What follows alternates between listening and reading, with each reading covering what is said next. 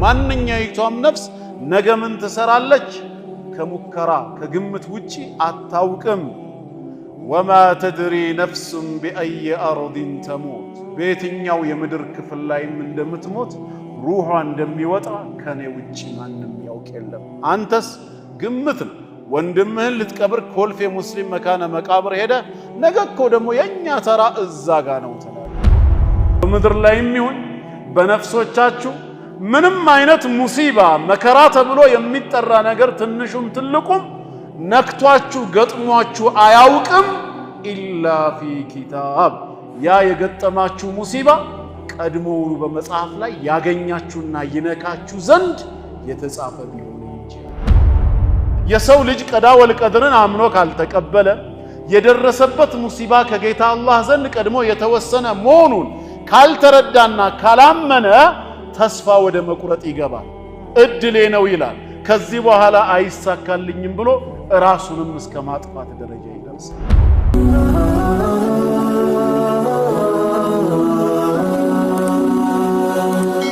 ሰብስክራይብ በማድረግ ቤተሰብ ይሁኑ። أعوذ بالله من الشيطان الرجيم بسم الله الرحمن الرحيم الحمد لله رب العالمين الصلاة والسلام على رسول الله صلى الله عليه وآله وسلم أما بعد الله بسورة القمر كقطر 47 እስከ 49 ባለው ላይ ሲናገር أعوذ بالله من الشيطان الرجيم إن المجرمين في ضلال وسعر يوم يسحبون في النار على وجوههم ذوقوا مس سقر إنا كل شيء خلقناه بقدر እነዚህ ሶስት የቁርአን አያቶች የወረዱበት ሰበብ ኑዙልን በተመለከተ በሰሒህ ሙስሊም እና ኢማሙ አህመድ በሙስነዳቸው እንደዘገቡት ከአቢ ሁረይራ ረዲየላሁ ዐንሁ እንደተላለፈው ምን ይላል ሲናገር جاء مشرك قريش إلى النبي صلى الله عليه وسلم يخاصمونه في القدر የቁረይሽ ጣዖታውያኖች ሙሽሪኮች የአላህ መልእክተኛ ዘንድ መጥተው ቀዳ ወልቀድር የሚባል ነገር የለም ብለው ይከራከራሉ። ይሄን ለመከራከር መጡ። ፈነዘለት አንቀጹም ወረደ ኢነል ሙጅሪሚና ፊ ضላሊን ወስዑር አመፀኞች ከሃዲያኖች ሁሌም በጥመት በግልጽ ስህተት ውስጥ ናቸው፣ እንዲሁም እሳትን ገቢዎች ናቸው። የውመ ዩስሐቡነ ፊናር ነገ ወደ እሳት የሚጎተቱት በሆነው ቀን ይላል አላ ውጁሂሂም በፊቶቻቸው በአፍጢሞቻቸው የተደፉ ሆነው ወደ እሳት ይጎተታሉ። ዙቁ መሰ ሰቀር የሰቀርን ቅጣት ቅመሱም ይባላሉ።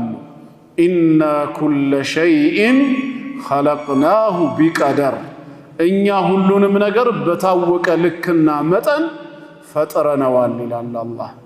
ጌታ አላህ የፈጠረው ነገር በጠቅላላ እሱ ዘንድ በቀደር ቀድሞ በታወቀ ልክና መጠን ተወስኖ የመጣ እንጂ ያለ እቅድ ያለ ፕሮግራም እሱ ሳይወስነውና ሳያውቀው ወደዚህ ዓለም የገባ ምንም ፍጥረት የሚባል ነገር የለም። ኩለ ሸይ ሁሉንም ነገር ኸለቅናሁ ፈጠር ነው በማለት አንደኛ የሁሉ ነገር ፈጣሪ መሆኑን ይገልጻል። ሁለተኛ ሲፈጠር ደግሞ ያለ ፕሮግራም ዝም ብሎ በዘፈቀደ ሳይሆን ቢቀደር ቀድሞ በታወቀ ልክና መጠን ያለው አላህ አስቀድሞ ባወቀው በወሰነው መሰረት ነው እያንዳንዱ የዚህ ዓለም ፍጥረት ማተር እንኳ ቢሆን ወደዚህ ዓለም የገባው ማለት ነው። እኛም ከዚህ ተነስተን ከቀዳ ወልቀድር የሚወጣ ምንም ነገር የለም ብለን ማመን እንችላለን ማለት ነው። አሊ ረዲየላሁ ዐንሁ በተናገረው ባስተላለፈው ሐዲስ ላይ ረሱላችን ሰለላሁ ዐለይሂ ወሰለም ምን ይላሉ? ላ ዩእሚኑ ዐብዱን አንድ የአላህ ባሪያ አያምንም። ቢማዕና ነፍዩ ሲሓ ከሆነ ሙሉ በሙሉ እምነት የለውም ከሃዲ ነው፣ ወይም ነፍዩል ከማል ከሆነ ኢማኑ አልተሟላም ጎዶሎ ነው ለማለት ነው። ይሄ ግን ኮንቴክስቱ የሚያሳየው ሙሉ በሙሉ ያላመነ መሆኑን ለመግለጽ አንድ የአላህ ባሪያ አላመነም እምነት አልባ ነው የሚባለው ሐታ ዩእሚነ ቢአርበዒን በአራት ነገራት እስኪያምን ድረሳል። ከዛ ውስጥ አንዱ የሽሀዱ አን ላ ኢላሃ ኢላላህ ወአኒ ሙሐመዱን ረሱሉላህ ከአላህ በስተቀር በእውነት የሚመለክ አምላክ አለመኖሩን እኔ ሙሐመድም የአላህ መልእክተኛ መሆኔን አምኖ እስኪመሰክር ድረስ በዐተኒ ቢልሐቅ አላህ በእውነት የላከኝ መልእክተኛው መሆኔን አምኖ እስኪመሰክር ድረስ። ሁለተኛስ ወዩእሚኑ ቢልመውት በሞት ሊያምን ይገባል። ሞት የሚባለው ነገር ሐቅ ነው። አላህ በዚህ ምድር ላይ ለሚንቀሳቀሱ ፍጡራን ቀድሞ የወሰነው ነገር ነው ብሎ ማመን አለበት። ኩሉ ነፍሲን ዛኢቀቱል መውት ነሕኑ ቀደርና በይነኩሙል መውት እንዳለው፣ እንዲሁም ወቢልባዕሲ ባዕደል መውት ሶስተኛ ከሞት በኋላም መቀስቀስ መኖሩን እስኪያምን ድረስ በዛው በሞትኩበት አፈር ሆኜ በስብሴ እቀራለሁ ሳይሆን ዳግም እቀሰቀሳለሁ በጌታዬ ፊት ለፍርድ ቀርባለሁ ብሎ እስኪያምን ድረስ አያምንም፣ አመነ አይባልም። አራተኛ ወዩእሚኑ ቢልቀደር በአላህ ቀደር ወይም ውሳኔ እስኪያምን ድረሳል። ስለዚህ በቀዳ ወልቀድር አምኖ መቀበል ሙእሚን የመሆናችን አንድ መለኪያ መስፈርት ነው። ረዋሁ ትርሚዚ ኢማሙ ትርሚዚ በሱነናቸው 2295ኛው ሐዲስ ላይ የዘገቡት ነው። ወብኑ ማጃህ ኢማም ኢብኑ ማጃህም በሱነናቸው 85ኛው ሐዲስ ላይ ወአሕመድ ኢማሙ አሕመድ ኢብኑ ሐንበል ረሂመሁላህ በሙስነዳቸው 758ኛው ሐዲስ ላይ ዘግበውታል። ወለአልባኒ ሸይኽ ሙሐመድ ቢን ናስሩዲን አልአልባኒ ረሂመሁላህ ሰሒህ ኢብኑ ማጃ ኪታባቸው 66ኛ ሐዲስ ላይ የሐዲሱን ሰሒህነት ገልጸዋል ማለት ነው። ከአቢ ደርዳ ረዲየላሁ ዐንሁ የተላለፈ ሌላ ሐዲስ አለ። عن النبي صلى الله عليه وسلم قال يا الله نبي منالو لا يدخل الجنة جنتنا يغبام جنة يغبام ሲባል አሁንም ይሄም ሁለት ፍቺ ነው ያለው። አንደኛ قبل العذاب ማለት ነው። ሰውየው ዱንያ ላይ ባጠፋው ጥፋት በወንጀሉ ልክ ቅጣትን ከማግኘቱ በፊት በፍጹም ጀነት አይገባም። ያን ቅጣት ከተቀጣ በኋላ ግን በአላህ ረህመት ጀነት ሊገባ ይችላል። ሁለተኛው ደግሞ ላ የድኹሉል ጀና ማለት አበደን ዘላለም ጀነት አይገባም፣ ከካህዲያኖች ጋር አብሮ በእሳት ይሰቃያል የሚለው ነው። እዚህ ጋር ግን ያው ኮንቴክስቱ የትኛውን ያሳየናል? ዘላለም እሳት ውስጥ የሚገቡትንና ተሰቃይተው የሚወጡትም እንዳሉ ያሳያል። አንደኛ ላ የድኹሉል ጀነተ ዓቁን የወላጆቹን መብት የሚጥስ እነሱን የሚጨቁን ሰው ጀነት አይገባም። ቢማዕና ቀብለ አን ዩዐዘብ ባጠፋው ጥፋት ልክ ከመቀጣቱ በፊት ማለት ነው። የወላጆችን መብት መጣስ እነሱን መጨቆን ወንጀል ነው እንጂ ኩፍር ስላልሆነ ግለሰቡ ዘላለም ጀሃነም አይዘወትርም፣ ሳይቀጣ ግን አይገባም ነው። ወላ ሙድሚኑ ኸምሪን የመጠጥ ሱሰኛ አዘውታሪ ቋሚ ተሰላፊ የሆነ ተውበት ሳያደርግ በዛው ስራው ላይ ሆኖ ሙድሚን የዘወተረም ሰው ሳይቀጣ ጀነት አይገባም። ወላ ሙከዚቡን ቢቀደር በቀዳ ወልቀድር ያስተባበለም ሰው ይላል። ይሄ ካፊር ነው፣ ተመልሶ ጀነት የሚገባበትም እድል የለውም ነው። እና ይሄንንም ኢማሙ አሕመድ በሙስነዳቸው 28246ኛው ሐዲስ ላይ ዘግበውታል። ሸይኹል አልባኒ አስሲልሲለቱ ሰሒሃ ላይ 675ኛው ሐዲስ ላይ ሰሒህ መሆኑን ገልጸዋል። ከቁርአኑ አንቀጽና ከነዚህ ነብያዊ ሐዲሶች በመነሳት ምን ድምዳሜ ላይ መድረስ ይቻላል? በቀዳ ወልቀድር ማመን ሃይማኖታዊ ግዳጃችን ነው። ይሄንን ማመን እያንዳንዱ ሙስሊም ሊቀበል ይገባዋል። አሁን በሁለተኛ ደረጃ የምናነሳው ነጥብ እንዴት እናምናለን? በቀዳ ወልቀድር አንድ ሙስሊም አመነ ሲባል ምን ነጥቦችን ነው አምኖ መቀበል ያለበት? መራቲቡል ቀደር በቀደር ውስጥ ያሉ እርከኖች ምንድናቸው ነው? በጥቅሉ ቀዳ ወልቀድር ማለት ቅድመ ውሳኔ ማለት ነው። በዚህ ዓለም ላይ የሚከናወኑ ማንኛውም ክንዋኔ ማንኛውም ክስተት ገና ከመምጣቱ ከመከሰቱ በፊት ጌታ አላህ አስቀድሞ በአዘል በጥንት ያወቀው በለውሐል መሕፉዝ ላይ ወስኖ የጻፈው እሱ ባወቀውና በፈቀደው በወሰነው መሰረት ጊዜው ደርሶ በተግባር እንዲከናወን እውን እንዲሆንም የፈቀደው ነገር ነው ብሎ አምኖ መቀበል በቀዳ ወልቀድር ማመን ይባላል። ዓለማችን የምትመራው በጌታ አላህ ፍቃድ ስር ነው። ከሱ ፍቃድ የወጣ ምንም ነገር የለም በዚህ ዓለም ላይ። ዓለም በጠቅላላ በጌታ አላህ ዕውቀት ነው። እሱ ቀድሞ ሳያውቀው የተከሰተ አንድም ክስተት በዚህ ዓለም ላይ የለም። በዓለም ላይ የሚሆኑ ነገራት ሁሉ አስቀድመው ተጽፈው ተወስነዋል። ቀድሞ ያልተጻፈና ያልተወሰነ ወደዚህ ዓለም የገባ ሸይ ማተር ተብሎ የሚጠራ ምንም ነገር የለም ነው። ይሄ ሐሳቡ ዝርዝሩ እንዲገባን መራቲቡል ቀደር የቀዳ ወልቀድር እርከኖች በሚል ርዕስ ዑለማኡል ዐቂዳ የዐቂዳ ሊቃውንቶች በተን አድርገው ገልጸዋል። እናም ምን አሉ? አንድ ሙስሊም በቀዳ ወልቀድር አመነ ሲባል ይሄ እምነቱ ትክክል እንዲሆን አራቱን እርከኖች አምኖ መቀበል አለበት። እነዚህን አራት ማዕዘናት ወይ እርከን አምኖ የተቀበለ ጊዜ በቀዳ ወልቀድር በትክክልም አምኗል ማለት ነው። ማን ናቸው እነዚህ አራት ማዕዘናት ወይ እርከን የተባሉትን ደረጃ ስናይ አንደኛ መርተበቱል ዒልም በጌታ አላህ ቀዳማይ ዕውቀት አምኖ መቀበል። ምን ማለት ነው? فهو سبحانه يعلم الأشياء قبل وقوعها ጌታችን አምላካችን አላህ ነገራቶች ሁሉ ገና ከመምጣታቸው ከመከሰታቸው በፊት መቼ፣ የት፣ እንዴትና ለምን እንደሚከሰቱ አስቀድሞ ያውቃቸዋል ብሎ ማመን ነው። ልክ ከተከሰቱ በኋላ የሚያውቀውን ያህል ገና ከመከሰታቸውም በፊት ሙሉ ዕውቀቱ አለው። ስለሆነም ጌታችን ያዕለሙ ማ ካን ከዚህ በፊት ተፈጽሞ ያለፈ ፓስት የሆነን ነገር ሁሉ ያውቃል። ወማ ሁወ ካኢን አሁን እየተፈጸመ ያለ ድርጊቱ ፕሬዘንት የሆነንም ነገር ሁሉ ያውቃል። ወማ ሁወ ካኢን ወማ ሰየኩን ገና ወደፊት የሚሆን ሊመጣ ያለ አሁን ያልተከሰተ ፊውቸር የሆነ ነገርንም ሁሉ አላህ አስቀድሞ ያውቃል። ወያዕለሙ ማ ለም የኩን ለው ካነ ከይፈ የኩን ፈጽሞ የማይሆንም ነገር ራሱ የመሆን እድል ቢሰጠው ምን ሊሆን እንኳን እንደሚችል ያውቃል ብሎ አምኖ መቀበል ከቀዳ ወልቀድር አራት ማዕዘናት አንዱ ማዕዘን ወይም መርተባ ነው ማለት ነው። የጌታ አላህን ሁሉን አዋቂነት አምኖ መቀበል ከዚህ በፊት የሆኑትንም አሁን ላይ እየሆኑ ያሉትንም ገና ያልሆኑ ወደፊት የሚመጡ ሊሆኑ ያሉትንም ፈጽሞ የማይሆኑ ነገራት ራሱ የመሆን እድል ቢሰጣቸው ምን ሊሆኑ እንደሚችሉ ራሱ አላህ ያውቃል። ይሄንን እምነት በልቦናችን ካሳደርን አንዱን የቀዳ ወልቀድር ክፍል አምነን ተቀብለናል። ዛሬ በዓለማችን ላይ የሚከናወን ማንኛውም ክስተት ኸይርም ሆነ ሸር ጥንቱኑ አላህ ዘንድ የታወቀ ነበር ብሎ ማመን አንዱ የቀደር ደረጃ ነው ማለት ነው። ግልጽ ነው አይደል? ለዚህ እምነት ምን ማስረጃ ይኖረናል? ጌታ አላህ ሁሉን ነገር አስቀድሞ እንዳወቀ ምን ማረጋገጫ ይኖረናል ለሚለው ደግሞ ማስረጃውን እንመጣለን ኢንሻአላህ።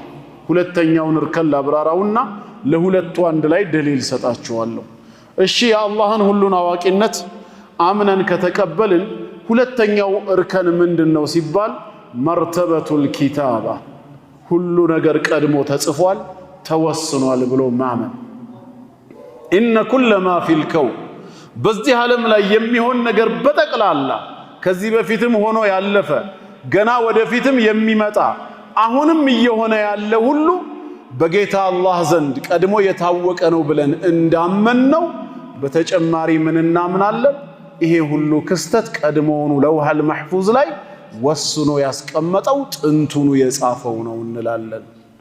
ጌታ አላህ በለውሃል መሕፉዝ ላይ ያልወሰነው እዛ ያልጻፈው ወደዚህ ዓለም የገባ ጉንዳን እንኳ ራሱ የለም ነው ምንለው። አጠቃላይ ዓለም ላይ አለ የተባለ ነገር በጠቅላላ አለ የሚለው ቃል የሚመለከተው ሁሉ መጀመሪያውንም የት ነበረ? ለውሃል መሕፉዝ ላይ ሰማይ ምድር ከመፈጠሩ ከብዙ ሺህ ዓመታት በፊት ቀድሞውኑ እዛ የተጻፈ ምንነቱ የተዘከረ የተወሰነ ነበር። ሁሉም ነገር የታወቀ ነው እንዳልነው ሁላ ሁሉም ነገር ቀድሞ የተጻፈም ነው ብለን እናምናለን ነው። ግልጽ ነው ይሄ። ምን ማስረጃ አለን ለነዚህ ለሁለቱ ሲባል አሁን ማስረጃዎችን እንይ። ብዙ ማስረጃ አለን። አንደኛ ሱረቱል አንዓም ምዕራፍ 6 ቁጥር 59 ላይ ጌታ አላህ ስለራሱ ምን ይላል? ወዒንደሁ መፋቲሑል ገይብ ገይብ የሩቅ ነገር መክፈቻ ቁልፎች በጠቅላላ እርሱ አላህ ዘንድ ብቻ ናቸው ይላል። ምን ሊሆኑ እንደሚችሉ ከሱ በስተቀር ማንም አያውቅም ነው። ስለሆነም ቀጥሎ ምን አለ? ላ ያዕለሙሃ ኢላሁ ከሱ ከራሱ ከአላህ በስተቀር ምን ሊሆኑ እንደሚችሉ እነዚህን የሩቅ ነገር መክፈቻ ቁልፎች ማንም ሊገልጻቸው ሊያውቃቸው አይችልም። ነቢያት ትንቢትን ቢናገሩ መላእክት ወደፊት ስለሚሆነው ነገር የተወሰነ ዕውቀት ቢኖራቸው ይሄ ሁሉ ዕውቀት ከአላህ ዘንድ ቀድሞ የተሰጣቸው የተለገሳቸው ስለሆነ እንጂ በራሳቸው አዋቂ ሆነው አይደለም። ዓሊሙል ገይብ የሩቅን አዋቂ እኔ ብቻ ነኝ ይላል አላህ። ፈላ ዩዝሂሩ ዐላ ገይቢሂ አሐዳ በዚህ የሩቅ ዕውቀቴ አንድንም አላሳውቅም ለማንም አልገልጽም ነው ያለው። ኢላ መን ኢርተዳ ሚን ረሱል ከመልእክተኞች ለወደድኩት ቢሆን እንጂ አለ። ከመልእክተኛ ሲባል ከመላእክ ወገንም መልእክተኛ አለ፣ ከሰው ወገንም መልእክተኛ አለ። ከነሱ መካከል መልእክተኛ አድርጌ ለመረጥኩት ለወደድኩት እኔው የፈለግኩትን ያህል ባሳውቀው እንጂ በራሱ የሚያውቅ ማንም የለም። ስለሌለም ነው መላእክት በጠቅላላ ጌታ አላህ ለአደም ዓለይሂ ሰላም ያስተማረውን የነገራትን ስም እነዛን ነገራት ወደ መላእክቶች አቀረበና እስኪ እንደ አደም የምታውቁ ከሆነ እናንተም የነዚህን ነገራት ስሞች ንገሩኝ አላቸው። በአንድ ድምፅ መላእክት ምንድን ነበር ያሉት? ቃሉ ሱብሓነከ ላ ዒልመ ለና ኢላ ማ ዐለምተና አንተው ራስህ ያሳወቅከን የለገስከን ካልሆነ በቀር በራሳችን ምንም ዕውቀት የለንም ነው ያሉት። ስለዚህ ወዒንደሁ መፋቲሑል ገይብ የሩቅ ነገር መክፈቻዎች ሁሉ እኔ ዘንድ ብቻ ናቸው። ላ ያዕለሙሃ ኢላሁ ከኔ በስተቀር ማንም አያውቃቸውም ማለት። ከዛም ቀጠለና በዝርዝር ሲነግረን ወያዕለሙ ማ ፊል በሪ ወልበሕር እኔ አላህ ማለት በየብስ ላይም በባህር ላይም ያለውን ሁሉ የማውቅ ጌታ ነኝ አለ። አጠቃላይ ዓለም ላይ ያለው ማለት ነው። በየብስ ላይ ያለውም በደረቁ መሬት ክፍል በባህር ላይ ያለውንም ሁሉ አውቃለሁ። ወማ ተስቁጡ ሚን ወረቀቲን ከቅጠል ከዛፍ ቅርፊትም አንዲት መሬት አትረግፍም ይላል። ደርቃም ይሁን ጠውልጋ መሬት የምትረግፍ የዛፍ ቅጠል ወይም ቅርፊት የለችም። ኢላ ያዕለሙሃ እኔ ቀድሜ ባውቃት እንጂ አለ። ያቺ የዛፍ ቅጠል ቅርፊት በምን ሰበብ እንደወደቀች በምን ምክንያት መቼ የት ከየትኛው ዛፍ ላይ እንደወደቀች እኔ ቀድሜ ባውቃት እንጂ እኔ ሳላውቀው በፊት መሬት የወረደ የወደቀ የዛፍ ቅርፊት የለም ነው የሚለው። እኛ አይደለም የዛፍ ቅጠሎችን ቅርፊቱን ይቅርና ዛፉን እጽዋቱን ብቻ አንድ ሁለት እያላችሁ ቁጠሩ ብንባል ምድር ላይ ያለውን ቆጥረን ልንዘልቅ እንችላለን? ጌታ አላህ ግን ሰው ቆጥሮ ያልጨረሰውን እጽዋት ወይ ዛፍ ሳይሆን የነገረን በእያንዳንዱ ዛፍ ላይ ያሉ ቅጠሎችን ነው ያለን። ደርቆም ይሁን ጠውልገው መሬት አይረግፉም እኔ ባውቃቸው እንጂ አለ። ከእውቀቱ ምንም የሚሸሸግ ነገር እንደሌለ እየነገረን ነው። ከእርጥቡም ክፍል ይሁን ደረቅ ከሚባለውም ሁሉ አንድም ፍሬ የሚባል ራሱ መሬት ላይ የለም። ያ እርጥቡም ደረቁም ሁሉም ኢላ ፊ ኪታቢን ሙቢን ግልጽ በሆነው መጽሐፍ ለውሐል መሕፉዝ ላይ ቀድሞ የተመዘገበ እዛ የሰፈረ ቢሆን እንጂ አለ። ሁሉን አዋቂነቱን ከገለጸ በኋላ በሁለተኛው ደረጃ ላይ አያይዞ ምን ነገረን? እነዛ ሁሉ በምድር ላይ ያሉ ቅንጣት የሚባሉ ፍሬዎች ከእርጥቡ ፓርት የሆነውም ደረቅ የሆነውም በጠቅላላ በግልጹ መጽሐፍ ለውሐል መሕፉዝ ላይ ቀድሞ የተመዘገበ ቢሆን እንጂ ሲል ሁሉም ነገር አላህ ዘንድ ታውቋል እንደምንለው ሁሉ ሁሉም ነገር ቀድሞ አላህ ዘንድ ምን ሆኗል? ተመዝግቧል፣ ተጽፎ ተወስኗል። ምንም እንግዳ ክስተት የሚባል ነገር እዚህ ዓለም ላይ የለም ማለት ነው። እንግዳነቱ ለኛ ነው። በድንገት ሳይታሰብ ባልጠበቅነው መልኩ ያን ቃላትን እንጠቀማለን። አላህ ዘንድ ግን በድንገት ሳይታሰብ የሚባል ነገር የለም ማለት ነው። ሁሉም ነገር የሆነውም እየሆነ ያለውም ገና ወደፊት የሚመጣው የሚሆነው ሁሉ እሱ አውቆታል እንዳልነው ለውሐል መሕፉዝ ላይ ምን አድርጎታል? ወስኖ ጽፎታል። ማስረጃችን ይሄ ነው። ተጨማሪ ማስረጃ አለን። በሱረቱ ሉቅማን 31ኛው ሱራ አንቀጽ 34 ላይ ኢነላሃ ዒንደሁ ዒልሙ ሳዓ አላህ የሰዓቲቷ የቂያማ እውቀት ዒንደሁ እሱ ዘንድ ብቻ ነው ይላል። እኔ ዘንድ እንጂ ማንም ጋር የለም። ወዩነዚሉል ገይዝ ዝናብንም የማወርድ እኔ ነኝ። ወያዕለሙ ማ ፊል አርሓም በማህፀን ያለን ሁሉም ማውቅ እኔ ነኝ። ወማ ተድሪ ነፍሱን ማዛ ተክሲቡ ገዳ እያንዳንዲቷ ነፍስ ነገ ምንን ትሰራለች አታውቅም። እቅድና ፕሮግራም ነው እንጂ ያላት እውቀት የላት። አይደለም ነገ የነገ ሳምንትም ወርም ፕሮግራም እቅድ ሊኖረን ይችላል። በእውቀት ላይ የተመረኮዘ ነገር ግን ነገ ምን ትሰራለህ በፍጹም ልታውቅ አትችልም። ምን ልትሰራ እንደምችል ግን አቅደሃል። በእቅድህ መሰረት አላህ ያሳካዋል አያሳካውም የሱ ውሳኔ ብቻ ነው። እኔ ነኝ የማውቀው ማንኛይቷም ነፍስ ነገ ምን ትሰራለች ከሙከራ ከግምት ውጪ አታውቅም። ወማ ተድሪ ነፍሱን ቢአይ አርዲን ተሙት በየትኛው የምድር ክፍል ላይም እንደምትሞት ሩሃ እንደሚወጣ ከኔ ውጪ ማንም ያውቅ የለም። አንተስ ግምት ነው። ወንድምህን ልትቀብር ኮልፌ ሙስሊም መካነ መቃብር ሄደ ነገ እኮ ደግሞ የኛ ተራ እዛ ጋ ነው ትላለህ። የት ነው የምትሞተው? የታወቀ ነዋ ቤቴ ትላለህ። ማን ነገረ? ሆስፒታልስ ቢሆን ሩህም የወጣው በመንገድ ላይ ቢሆንስ? ከሀገር ውጪስ ቢሆን ለዑምራ ለሐጅ ወይ ለንግድ በወጣህበት ሌላ ሀገር ታይላንድ ህንድ ለህክምና በሄድክበትስ ሞተ ቢሆን ባህር ላይስ ቢሆን አየር ላይስ ቢሆን አታውቅም በየትኛው ምድር ላይ ሩህ እንደሚወጣ። ኢንጀነራልማ አገሬ ተወልጄ አገሬ አድጌ እዚሁ ነው የምሞተው ትላለህ። ግን እርግጠኛ ነህ ሩህም የወጣው እዚህ ለመሆኑ? አይደለህም። ተወቁዕ ነው። ከኔ በስተቀር በየትኛው ምድር ላይ ያንተ ሩህ እንደሚወጣ የሚያውቅ የለም ይላል ጌታ አላህ። ኢነላሃ ዓሊሙን ኸቢር አላህ አዋቂ ረቂቅ ምስጢርን ገላጭ የሆነ ጌታ ነው ይላል።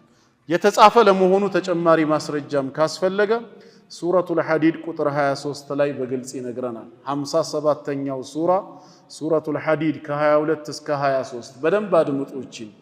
ማ አሳበ ሚን ሙሲበትን ከሙሲባ ከመከራ እናንተን አላገኛችሁም አልነካችሁም ይላል እስከ ዛሬ ድረስ ፊል አርዲ ወላ ፊ አንፉሲኩም በምድር ላይም ይሁን በነፍሶቻችሁ ምንም አይነት ሙሲባ መከራ ተብሎ የሚጠራ ነገር ትንሹም ትልቁም ነክቷችሁ ገጥሟችሁ አያውቅም። ኢላ ፊ ኪታብ ያ የገጠማችሁ ሙሲባ ቀድሞውኑ በመጽሐፍ ላይ ያገኛችሁና ይነካችሁ ዘንድ የተጻፈ ቢሆን እንጂ አለ። እዛ ሳይጻፍ ሙሲባው እናንተ ጋር መድረሱ እናንተን ማግኘቱ በጌታ አላህ ሳይወሰን እዚህ ምድር ላይ በመሬትም ይሁን በነፍሶቻችሁ ምንም ሙሲባ ሊደርስባችሁ አይችልም እኔ ቀድሜ በኪታብ የወሰንኩት ቢሆን እንጂ። ሚን ቀብል አን ነብረአሃ ለእናንተ አምጥቼ ከመግለጼ በተግባር ከማሳየቴ በፊት አለ።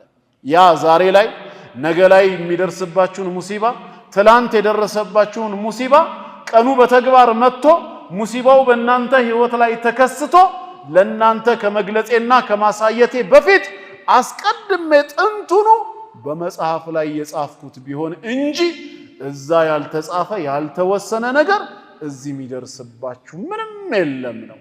ኢነ ዛሊካ አለ። ከዛም ቀጠለና ይህ ተግባር ደግሞ አለ የቱ ዛሬ ላይ በህይወታችን የሚገጥሙን ሙሲባዎች በጠቅላላ ገና ሰማያትና ምድር ከመፈጠራቸው ከ50 ሺህ ዓመት በፊት አስቀድሞ ለውሃል መሕፉዝ ላይ መቼ የትና እንዴት እንደሚደርሱብን ወስኖ ማስቀመጥ ዐለላሂ የሲር በአላህ ላይ እጅግ በጣም ቀላል ነው አለ። የሚከብደው አይደለም አለ።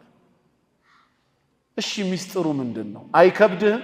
ሁሉን አዋቂ ሁሉን የምትወስን ሁሉን ቻይ ጌታ መሆንህን አምነናል። ምንድነው ግን ሚስጥሩ ቀድመህ የመወሰንህ ሲባል ጌታችን ምን አለ ቀጠለና ዓላማውም አንዱ ሊከይላ ተእሰው ዐላ ማ ፋተኩም ባመለጣችሁና እድላችሁ ባልሆነው ነገር ተስፋ እንዳትቆርጡና ወላ ተፈረሑ ቢማ አታኩም አላህ እድላችሁ ነው ብሎ በሰጣችሁ በወሰነላችሁ ነገር ደግሞ ከልክ በላይ እንዳትደሰቱ ነው አለ። ምን ማለት ነው ስንል የሰው ልጅ ቀዳ ወልቀድርን አምኖ ካልተቀበለ የደረሰበት ሙሲባ ከጌታ አላህ ዘንድ ቀድሞ የተወሰነ መሆኑን ካልተረዳና ካላመነ ተስፋ ወደ መቁረጥ ይገባል። እድሌ ነው ይላል። ከዚህ በኋላ አይሳካልኝም ብሎ ራሱንም እስከ ማጥፋት ደረጃ ይደርሳል። ስንቶችን አይተናል። ግን ይሄ የደረሰብህ ሙሲባ ዛሬ ተስፋ ስታደርገው የነበረው ነገር ካረከው በተቃራኒ ሆኖ ተገልብጦ ማግኘት ጥንቱኑ አላህ ባንተ ላይ የጻፈው እንደነበር ያመንክ ጊዜስ ተስፋ መቁረጥ ውስጥ አትገባም። አላህ ለኸይር ነው ይሄንን ነገር የጻፈው በኔ ላይ ያ ያሰብኩት ነገር እንዲከሰት ያላደረገው እሱ የፈቀደው የወደደልኝ መልካም አለ ስትል ተስፋ ከመቁረጥ ከማዘን ራስ ትጠበቃለህ ማለት ነው። እንዲሁ የተሰጠህስ ነገር ደግሞ አንተ ደግሞ የደረሰህ መልካም ነገር እሱ ጥንቱኑ በኪታብ የጻፈው መሆኑን ማመንህ ከመጀመሪያው ምን ለውጥ ይገኛል ሲባል ትቢትህና ኩራትህ በልኩ ይሆናል። ይሄን ኒዕማ አላህ እንደሰጠህ ያመንክ ጊዜ ከሰው በላይ የምትሆንበት ከልክ በላይ የምትንጠባረርበት ምንም ምክንያት የለም። ልክ በዛኛው ወንድምህ ላይ ይሄን ሙሲባ እንደወሰነው ሁላ ላንተ ደግሞ ይሄን እድል ቻንስ መስጠቱ ኢብቲላአን ሚንሁ ከሱ ዘንድ የሆነ ፈተና እንጂ ሌላ እንዳልሆነ የተረዳህ ጊዜ አቋምህ ምን ይሆናል? የተስተካከለ ይሆናል። ያንን ካላመንክ ግን በእድሌ ነው በዘሬ ነው በእውቀቴ ነው የተሰጠኝ ብለህ ከአላህ ቀዳ ወልቀድር ወጥተህ ያገኘኸውን እድል ካንተ ጋር ብቻ ስታገናኘው ምን ይፈጠራል? ራስህን ከሰው በላይ አድርገህ ማመን፣ ማንም አጠገብህ እንዳይደርስ መኩራራት፣ ትቢት ይመጣል። ወላ ተፍረሑ ቢማ አታኩም አላህ በሰጣችሁ ነገር ከልክ በላይ እንዳትደሰቱ ነው ቀድሜም የጻፍኩት መሆኑን እንድታምኑ የነገርኳችሁ። ስለዚህ ማግኘትም ማጣትም ጥንቱኑ የተጻፉ የቀዳ ወልቀድር ውጤት መሆናቸውን ያመነ ሙስሊም ያገኘም ጊዜ ያጣም ጊዜ አቋሙ ምንድነው? ሚዛናዊ ነው ማለት ነው። ሲያገኝ ከልክ በላይ አይንጠባረርም፣ ሲያጣም መሬት ወርዶ አያዝንም፣ አይተክዝም።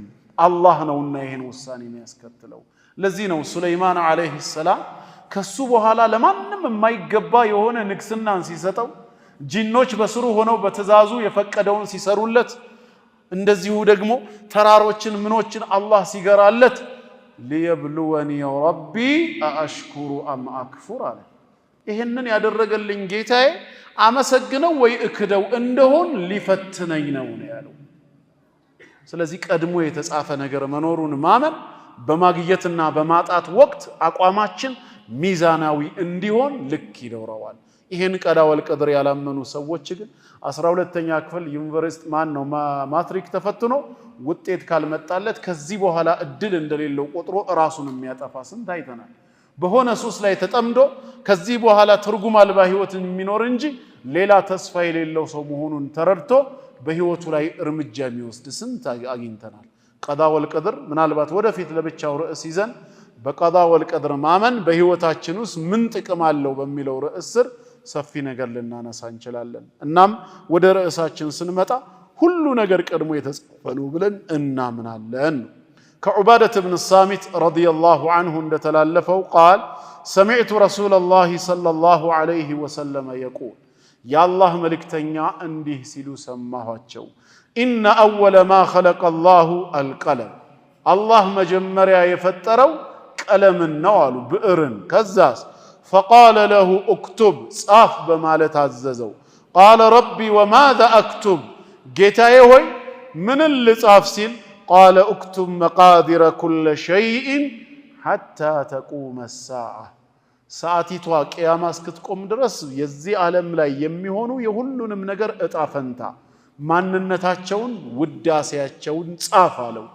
ፈጀራ ፊ ቲልከ ሰዓ በዛችሁ ሰዓት ጽፎ አከናወነ ይላል። ይህንንም ኢማም አቡ ዳውድ በሱነናቸው ትርሚዚም እንደዛው ኢማሙ አሕመድም በሙስነዳቸው የዘገቡት ሐዲስ ነው። ስለዚህ ከዚህ ተነስተን ሁሉ ነገር በዚህ ዓለም ላይ ያለው ቀድሞ ምን የሆነ ነው የተጻፈ ነው ብለን እናምናለን። ሶስተኛውስ መርተበቱል መሺአ በዓለም ላይ የሚሆኑ ነገራት በጠቅላላ በጌታ አላህ ፈቃድ ስር ነው የሚሆኑት።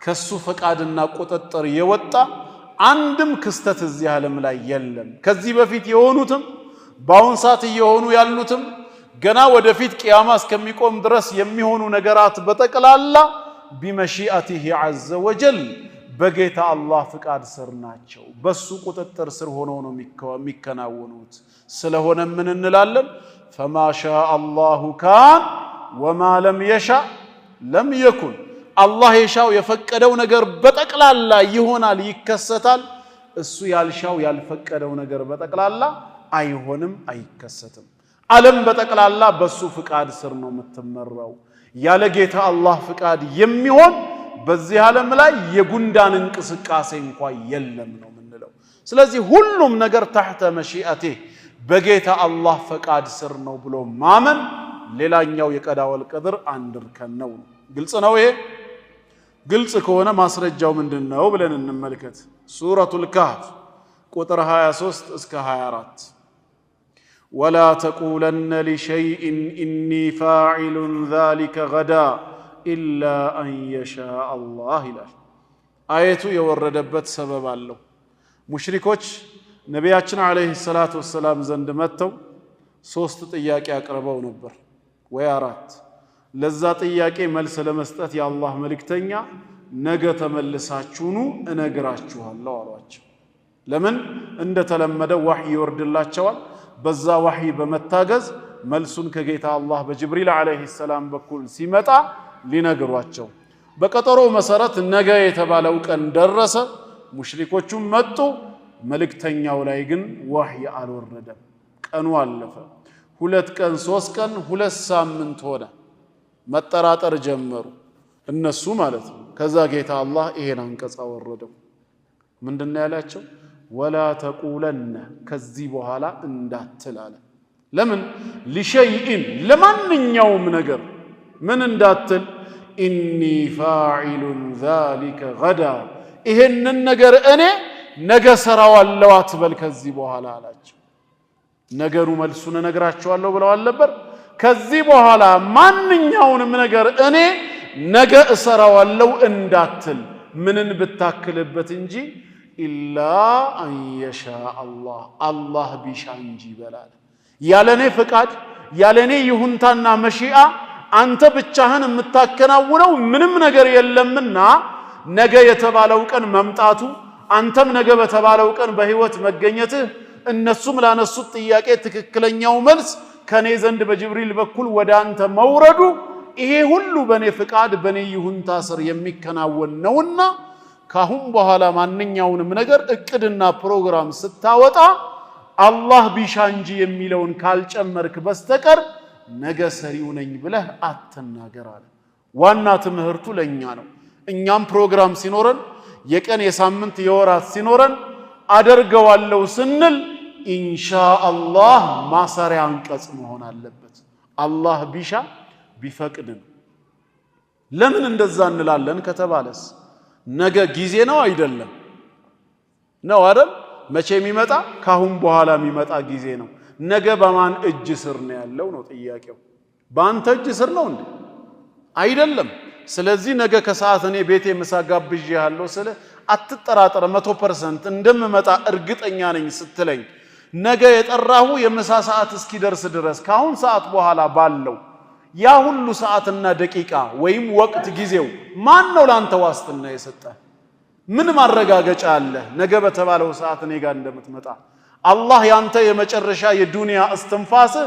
ዛሬ ነው ከዚህ በኋላ መኖርህን አልፈቀድኩም ቢልስ ምን ታመጣለህ ጊዜ በሱ እጅ ነው ያለው ነገ ያንተ ሳይሆን የአላህ ነው ስለዚህ ነገ ይሄን ሰራለው አትበል አይደለም መልእክቱ ተናገር አይደለም የነገ የአመትም እቅድ አውጣ እያንዳንዱ እንቅስቃሴህ ግን በኢንሻአላህ አጥር ውስጥ ይታጠር እኔ ስፈቅድ ነው የሚሆነው አንተ ስለፈለክ ብቻ አይደለም ፍላጎትህ እቅድህ ፕሮግራምህ ግቡን ይመታ ዘንድ የኔ ይሁንታ ያስፈልጋል እያለ ነው አላህ እኔ ይሁን ይሳካል ብዬ ካልወፈቅኩ ካላገዝኩ ምንም ልታመጣ አትችልም ግልጽ ነው አሁን ኢላ አን يشاء አላህ ቢሻ እንጂ አለ ስለዚህ እያንዳንዱ ፊውቸሪቲ ፕላናችን ፕሮግራማችን ወይ በውስጣችን ያለው አንተ ነገ ትምህርት ሲጨርስ ወይም ወደፊት ምን መሆን ትፈልጋለህ ሲባል ምኞታችንን ፍላጎታችንን በውስጥም ያዝነው በአንደበታችንም ገለጽ ነው ወደ ስራውም ገባን እንቅስቃሴ ኢንሻአላህ መራሃችን አላህ የሻው ይሆናል እሱ ያልሻው በፍጹም ሊሆን አይችልም ቁርአንም እንዳለው ወማ ተሻኡነ ኢላ አን የሻአ አላሁ ረቡል ዓለሚን ወማ ተሻኡ አንድን ነገር ለማድረግ አትሹም ማለት ኸይርም ይሁን ሸርም ይሁን ያን ነገር ለመከወን ለማድረግ በፍጹም እናንተ አትሹም ኢላ አን የሻአ አላህ ቢሻላችሁ እንጂ ያለ ምን ማለት ነው ይሄ እናንተ መሺአ ፈቃድ የላችሁ ማለት ሳይሆን ፈቃዳችሁን ተጠቅማችሁ አንድን ነገር ለማድረግ እንቅስቃሴ ውስጥ አትገቡም በዛ ፈቃዳችሁና እንቅስቃሴያችሁ ሰበብ ያሰባችሁት ነገር እንዲሳካ እኔ ብሻላችሁ እንጂ ያለ ፈቃዳችሁን በፈቃዴ ሳራ አድርጌ የምቆጣጠራችሁ እኔ ነኝ ያለ ነው ጌታ አላህ ሰው ፈቃድ አለው ምርጫ አለው ማለት ከጌታ አላህ ተገልሎ ምን አገባው እሱ ብሎ ራሱን በራሱ ፈላጭና ቆራጭ ነው ማለት አይደለም ነው ተቆጣጣሪ ጌታ አለብን ፈቃዳችንን በፈቃዱ ስራ አድርጎ ይሄ ይሁን ይሳካልህ ብሎ የሚፈቅድ ይሄ ደግሞ እንዲሆን እንዲሳካ አልፈቀድኩም ብሎ ካንስል የሚያደርግ የበላይ ጌታ እንዳለን እንመን ነው መሺአቱና ተህተ መሺአቲላህ ፈቃዳችን በጌታ አላህ ፈቃድ ስር ነው ያለው ከጌታ አላህ ፈቃድ በላይ አይደለም ወይም ከጌታ አላህ ፈቃድ እኩል አይደለም ወይም ከጌታ አላህ ፈቃድ ተገልሎ ራሱን ችሎ የሚንቀሳቀስ አይደለም በአላህ ፈቃድ ስር ነው ያለው ጣልቃ ይገባል ጌታችን በህይወታችን ጣልቃ እየገባ ይሄንን ያቃናል ያስተካክላል ወደ ተበላሸ መስመር ስንሄድ ደግሞ ይሄንን እንዳይሳካ ካንስል ያደርጋል ልክ አባት ከልጁ ጋር እንደሚያደርገው ሙዓመላ ማለት ነው ልጅ የሆነን ነገር ማድረግ እየፈለገ አባት የሚከለክለው ለምንድን ነው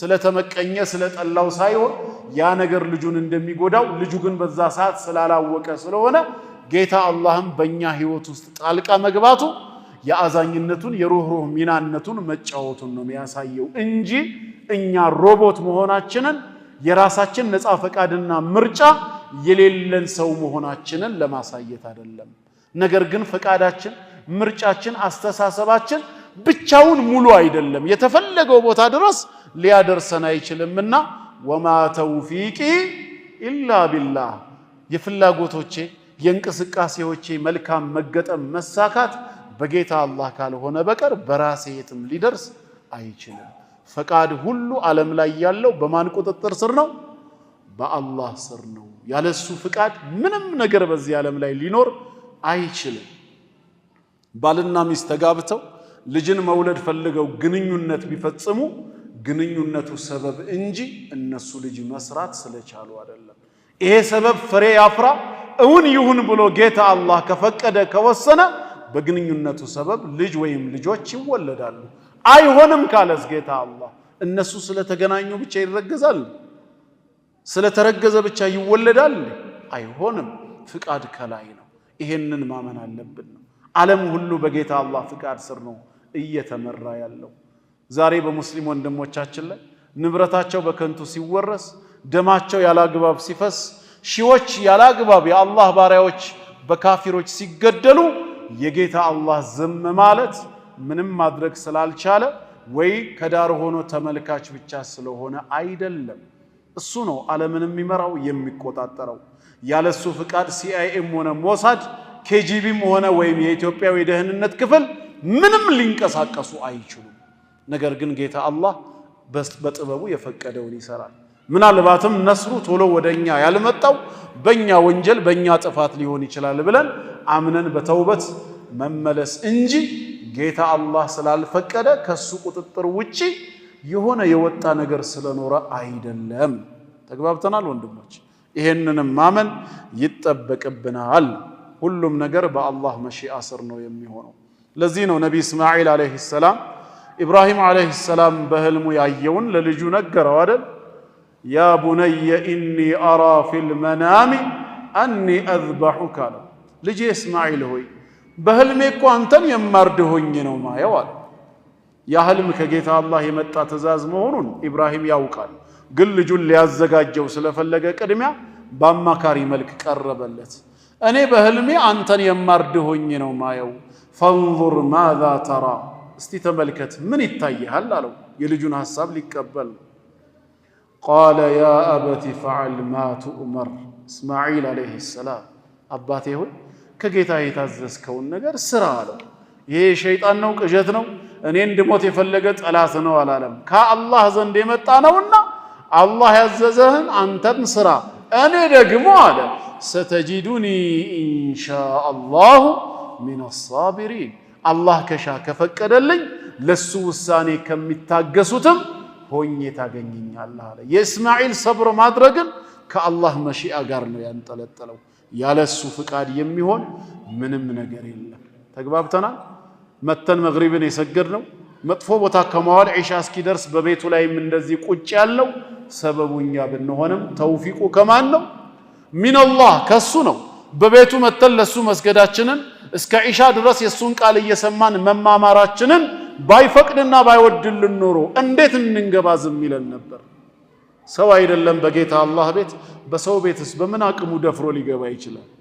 የአላህ ቤትስ መሆኑ ኸይር ስራ ላይስ መገኘቱ አተውፊቁ ሚነላህ እገዛው ውሳኔው ከላይ ነው። ሰበቡ ከሰው ዘንድ ቢሆንም ለኸይሩም ሆነ ለሸሩ። ስለዚህ በጌታ አላህ ፍቃድ የበላይነት እናምናለን። ዓለም የምትመራው በማን ፍቃድ ነው? በማን ነው? በጌታ አላህ ነው። በእነ አሜሪካ አይደለም። ወሊላሂ ሙልኩ ሰማዋቲ ወልአርድ ወማ በይነሁማ ነው ያለው። የሰማይ ንግስና የምድር ንግስና በመካከላቸው ያለው ሁሉ የኔ ነው አለ። አሁንም አላህ በዓለም ላይ የነገሰ ንጉስ ነው። እነ አሜሪካም እነ እስራኤልም ከሱ ቁጥጥር ሊወጡ አይችሉም። ኢነማ አምሩሁ ኢዛ አራደ ሸይአን አን የቁለ ለሁ ኩን ፈየኩን ነው። የፈለገውን ነገር ሁን ካለው ይሆናል ነው። ይሄንን ማመን ነው። የመጨረሻውና አራተኛ መርተበቱል ኸልቅ ወልኢጃድ መፍጠርና ማስገኘት የሚለውንም ማመን ምን ማለት ነው ስንል አጠቃላይ በዓለማችን ላይ ያለ ነገር በጠቅላላ ነገር የሚለው ስያሜ የሚመለከተው ኤኒቲንግ ማተር የተባለ ሁሉ አላህ የፈጠረውና ያስገኘው የሱ የፍጥረት ሥራ ውጤት ነው ብሎ ማመን ነው። አላህ ብቻውን ፈጣሪ ነው። ከሱ ውጭ ያለ በጠቅላላ ምንድነው? ፍጥረትና ግኝት ነው። ከአላህ ጋር አብሮ የነበረ ያልተፈጠረ ጥንታዊ የሚባል ምንም ነገር የለም። አላህ ብቻውን ነው ከምንም ነገር በፊት የነበረው። ነገራትን ሁሉ ካለመኖር ወደ መኖር ያመጣውና ያስገኘውም እሱ ነው። ስለዚህ አላህ የሁሉም ነገር ፈጣሪ ነው ብለን እናምናለን። አላሁ ኻሊቁ ኩሊ ሸይ ኢላል ቁርአን ሸይ ነገር ማተር የተባለን ሁሉ የፈጠረ እርሱ ነው። አላህ ኻሊቅ ነው። ከሱ ውጭ ያለው ሁሉ ግን ምንድነው? ፍጥረትና ግኝት ነው። ከእርሱ ጋር አብረው ነበሩ ተብለው የሚጠሩ ምንም ነገራት የሉም። ረሱላችን ሰለላሁ ዐለይሂ ወሰለም ካነ አላህ ከምንም በፊት ነበረ፣ ወለም የኩን ሸይኡን ገይሩ ከሱ ውጭ ሌላ ምንም ነገር አልነበረም። ወፊ ሪዋየትን ወለም የኩን ሸይኡን መዐህ ከሱ ጋር አብሮ የነበረም የለም፣ ብቻውን ነበር። ከዛ በኋላ ነው ዛሬ አለ የሚለው ስያሜ የተሰጣቸውን ነገራት ሁሉ የፈጠረው ያስገኘው። እሱ የሁሉ ነገር ፈጣሪ ነው። ከሱ ውጭ ያለው ነገር ሁሉ ደግሞ ምንድነው? ፍጥረትና ግኝት ነው። አላህ ብቻውን ፈጣሪ ነው። ኢብራሂም አለይሂ ሰላም በሱረቱ ሳፋት ወገኖቹን ሲቃወማቸው ምንድነው ያለው? ጣዖታትን እየጠረቡ ሲያመልኩ የነበሩትን ቃለ አተዕቡዱነ ማ ተንሒቱን በራሳችሁ እጅ የጠረባችሁትን የሰራችሁትን ተመልሳችሁ ታመልካላችሁ አለ። ወላሁ ኸለቀኩም ወማ ተዕመሉን አላህ እናንተንም የምትሰሩትን ጣዖታትን ጭምር የፈጠረ ጌታ ሆኖ አለ። ጌታ አላህ እኛን ብቻ ሳይሆን የፈጠረው ዛሬ እኛ የምንገለገልባቸውን የምንሰራቸውን ሁሉ ያስገኘና የፈጠረ ጌታ እርሱ ነው። ብቻውን ፈጣሪ ነው።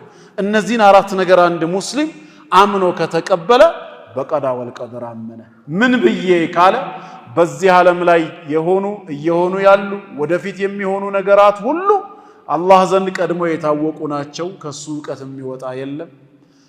ሁሉም ነገር አስቀድሞ በለውሃል መሕፉዝ ተወስኖ የተጻፈ ነው። እሱ ያልጻፈው ወደዚህ ዓለም የገባ ምንም ነገር የለም። በዚህ ዓለም ላይ የሚሆኑ ነገራት ሁሉ በሱ ፍቃድና ይሁንታ ስር የሚሆኑ ናቸው። ከጌታ አላህ ፍቃድ ከመሺአው የወጣ ያፈነገጠ ምንም ነገር ሊኖር አይችልም። አላህ የሁሉ ነገር ፈጣሪ አስገኝ ጌታ ነው ብሎ ማመን አራቱን አምኖ መቀበል በቀዳ ወልቀድር ማመን ይባላል። ስለዚህ ለዛሬ ተራ ቁጥር 1 እና ተራ ቁጥር 2 ላይ እነዚህን ነጥብ ተመለከትን ማለት ነው። በተራ ቁጥር 1 በቀዳ ወልቀድር የማመን ሁክም ሃይማኖታዊ ብይኑ ግዳጅ መሆኑን አየን። ተራ ቁጥር 2 እንዴት እንመን ለሚለው ጥያቄ አራቱን ማዕዘናት ወይም እርከኖች ባካተተ መልኩ እናምናለን ብለናል። ግልጽ ነው ወንድሞች? ዱዓ ባደርግ ቀደርን ሊቀይረው ይችላል ወይ ይላል። አይችልም ነው ብለው። እንዴት ከተባለ የምታደርገው ዱዓ ራሱ አንድ የቀደር ፓርት ነው። ለምሳሌ ምን ማለት ነው ቀደርን ሊቀይረው ይችላል?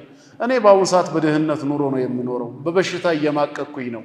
ያ ረቢ ብዬ እጄን አንስቼ ዱዓ ሳደርግ ድህነቴን በሀብት እንድትቀይረው እንደዚሁም ደግሞ በሽታዬን ወደ ጤና ቀይረ እንድትመልስልኝ ነው ቢባልና በዱዓህ መሰረት አላህ ሀብታም ቢያረግህ አላህ ጤነኛ ቢያደርግህ ቀደር ተቀየረ ሳይሆን ከአንደኛው ቀደር ወደ ሌላኛው ቀደር ተሻገርክ ነው። ለምን ድሃ መሆንህም በሽተኛ መሆንህም ቀደር እንደነበረው ሁላ በዱዓህ ሰበብም ድህነቱ ወደ ሀብት በሽታው ወደ ጤና መቀየሩ ምንድነው? ቀደር ነው። ስለዚህ ያረግነው ዱዓ ቀደርን እንዲቀይር ሳይሆን ከአንደኛው ቀደር ወደ ሌላኛው ቀደር እንድንሸጋገር ነው። ግልጽ ነው? ታዲያ ጉዳዩ እንደዛ ከሆነ ሐዲሱን ምን እናድርገው? ላ የሩዱ القضاء الا الدعاء ዱዓ ካልሆነ በስተቀር ቀዳ ወይም ቀደርን የሚመልሰው ምንም ነገር የለም ብሏልና እንዴት እናስማማው ሲባል የሐዲሱ መልእክት ለማለት የተፈለገው ዱዓ ከቀዳ ወልቀድር የወጣ ለብቻው ዳር ሆኖ አላህ የቀደረውን ነገር ሲፈልግ እውን የሚያደርግ ሲፈልግ የሚመልስ ማለት ሳይሆን ዱዓ በህይወታችን ውስጥ ተጽዕኖ ፈጣሪ መሆኑን መግለጫ ነው። አላህ ባንተ ላይ የሆነ በላእን ከወሰነ እዚህ በመታደርገው ዱዓ ደግሞ ሰበብ ዱዓው ወደ ላይ ሲወጣ ያን በላ አግኝቶት አንተ ላይ እንዳይወርድ ከተከላከለ የመጀመሪያው በወንጀል ሰበብ የመጣው በላ አሁን ደግሞ ባረከው ዱዓ ሰበብ በላው ከተመለሰ ምን ሆነ ማለት ነው? ቀደሩ ተቀየረ ነው። መቀየር ማለት ግን ከቀደር መውጣት ማለት ሳይሆን ከአንደኛው ቀደር ወደ ሌላኛው ቀደር መሸጋገር ነው። ለምን በሌላ ሐዲስ እንደተባለው ዱዓና በላ ላይ ይገናኛሉ ነው። ፈያዕተሊጃኒ ኢላ የውሚል ቂያማ እስከ ቂያም ቀን ድረስ ይታገላሉ አሉ። የትግሉ ውጤት ምንድነው ሲባል ዑለማኡል ኢስላም ምን አሉ? የተደረገው ዱዓ ጠንካራና ኃይለኛ ከሆነ የመጣውን በላ እዛው አትሞስፌር ላይ ያስቀረዋል አሉ። ዱዓው ደካማ ከነበረስ ሙሉ በሙሉ አያስቀረውም፣ በከፊል ወደታች ይወርዳል፣ ከፊሉ በዱዓው ሰበብ እንዲቀንስ ይደረጋል አሉ። ዞሮ ግን ያ የተወሰነው በላእም ቀደር ነው፣ በዱዓው ሰበብም መቅረቱ ወይ ግማሹ ከፊሉ ብቻ እንዲመጣ መደረጉ ምንድነው? ቀደር ነው። ስለዚህ እኛ የተማርነው ትምህርት ዱዓ ቀደርን ይቀይራል የሚል መልእክት ሳይሆን አንደኛውን ቀደር በሌላኛው ቀደር መቀየር ስለሚቻል እጅ ሰጣችሁ አትቀመጡ ለማለት ነው። ልክ አንድ ጊዜ ሰሃቦች እንደጠየቁት ነብያችን ሰለላሁ ዐለይሂ ወሰለም ዘንድ መጡና አራአይተ አደዊየተን ነተዳዋ ቢሃ አሉ። ተመልከት እንግዲህ አራአይተ አይ بمعنى አخبرنا እስኪ ንገሩን አንተ የአላህ መልእክተኛ ሆይ አደዊየተን ነተዳዋ ቢሃ ለህክምና የምንገለገልባቸው መድኃኒቶች ወሩቀን ነስተርቂሃ ልጆቻችንን ከልክፍት ከጂኒ ለመጠበቅ የምንጠቀማቸው አያተ ሩቃዎች የቁርአን ሐዲሳዊ ንባቦች እትፍታዎች ወቱቃተን ነተቂሃ መጠበቂያ ብለን የምናደርጋቸው የመጠበቂያ መንገዶች هل ترد من قدر الله شيئا الله ከወሰነው ነገር አንዳችም የሚያስቀሩት አለ? ልጆቻችን በልክፍት መወሰናቸው በጂኒ መመታታቸው በቡዳ መበላታቸው ቀድሞውኑ በአላህ ዘንድ የተወሰነ ከሆነ እኛ እዚህ የምናረገው ዱዓ ወይ የምንጠቀመው መድኃኒት ወይ የምንቀራቸው የቁርአን አንቀጾችና ነብያዊ ሐዲሶች ምን የሚመልሱት ነገር አለ? ይቀይሩታል እንዴ የአላህን ቀደር ብለው ነው የጠየቁት። ባጭሩ መልእክተኛው ምን አሉ? قال هي من قدر الله መድኃኒቱንም እኮ መጠቀማችሁ የአላህ ቀደር ነው አሉ። ስለዚህ የሆነ የምትጠሉት መጥፎ ነገር በህይወታችሁ ሲከሰት ቀዳወል ቀደር መሆኑን አምናችሁ ተቀመጡ ብቻ ሳይሆን ያንን ቀደር በተሻለ ቀደር ለመቀየር ሰበቡንም ፈልጉ ነው። ታመምክ አይደለም እንዴ? አልጋ ላይ ሄደ ወደክ ከአላህ ቀደር ይወጣል እንዴ? አይወጣም። ግን የአላህ ቀደር ነው ራሱ በፈቀደ ቀን ያድነኝ ብለ እጅ ስጥ ግን አልተባልክም። ሂድ ወደ ፋርማሲ ሂድ ወደ ክሊኒክ ወደ ሆስፒታል ሰበቡን አዳርስ እንበልና በዛ ሰበብ መሰረት ዳንክ ጤናህ ተመለሰ። መዳንህ ምንድነው? ቀደር ነው። ልክ ያኛው መታመመ ቀደር እንደሆነ እንጂ ከቀደር የወጣ አዲስ ነገር አላረክም ነው። ካልዳንክም ከሞትክስ እሱም ቀደር ነው። ስለዚህ ዱዓ ሲባል ለብቻው ከቀደር የወጣ የተገነጠለ ማለት አይደለም በህይወታችን ውስጥ ሰበብ ሆኖ ትልቅ ተጽዕኖ ፈጣሪ መሆኑን ለማሳየት ነው والله اعلم አላህ እድሜ ሰጥቶ ሳምንት ሲያገናኘን ሶስተኛ ነጥብ አራተኛ ነጥብ እያልን እንቀጥላለን وصلى اللهم وسلم على نبينا محمد وعلى اله وصحبه وسلم اجمعين